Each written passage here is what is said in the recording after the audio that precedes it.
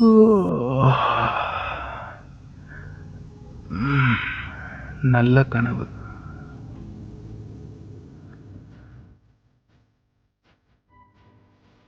நமக்கு பிடிச்ச விஷயத்த மனசில் நினச்சிட்டு தூங்கினா அதுவே நம்ம கனவுல வரும்னு சொல்லுவாங்க.